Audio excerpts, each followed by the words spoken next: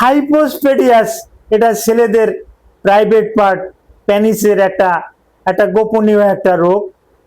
এই রোগটা ছোটবেলায় হয়ে থাকে, মায়ের গর্ভে থাকতেই কিন্তু এটা হয়ে থাকে, কিন্তু এটা অনেকে প্রকাশ পায়, আবার অনেকে প্রকাশ পেয়েও কিন্তু এটা কিন্তু চাপাইয়ে রাখে যে এরকম একটা রোগ ডাক্তারদের কাছে কিভাবে বলি।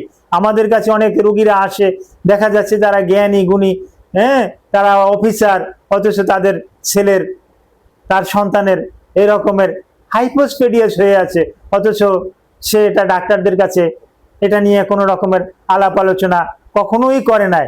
এক সময় রোগী নিজে আসে, কখন আসে, যখন বিবাহ করতে যাবে বা বিবাহ করার পর যখন সন্তানাদি পায় না, তখন তার স্ত্রী সন্দেহমূলকভাবে আমাদের কাছে নিয়ে আসে।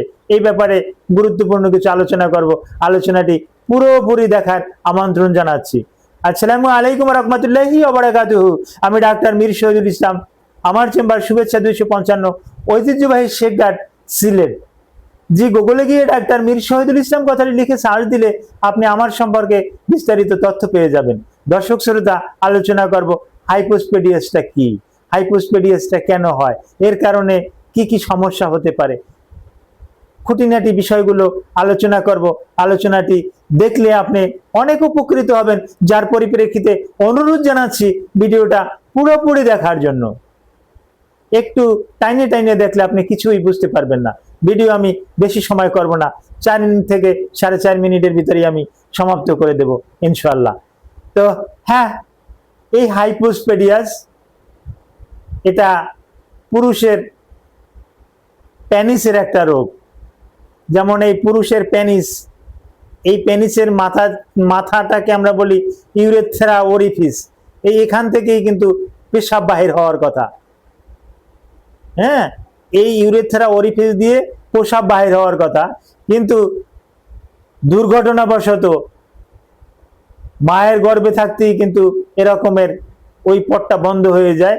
পটটা তৈরি হয়, এই যে পেনিস আছে না, ধরুন এই যে আমি নিচে একটা কর্ক দেখতেছেন, এক কর্ক নিচে যাইয়া এখান থেকে ছিদ্র হলো, তাহলে এখান থেকে পেশাবটা বাইরে হলো না, পেশাবটা নিচের দিকে হয়ে যায়, নিচে পড়ে, অর্থাৎ ইচ্ছে করলেও সে সোজাভাবে পেশাব করতে পারে না। এরকম একটা পর্যায়ে গিয়ে সে বড় হয়, বড় হয়ে তারপর সে বিবাহ করে, বিবাহ করার পর স্বামী স্ত্রী মেলামেশা করে।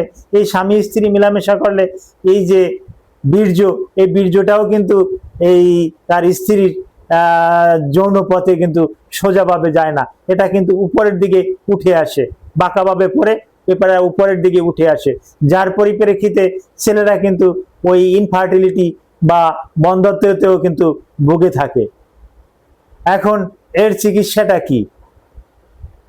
এর চিকিৎসাটা হলো আপনি যত দ্রুত সম্ভব ছোটবেলায় চিকিৎসাটা করানোটাই অতি উত্তম।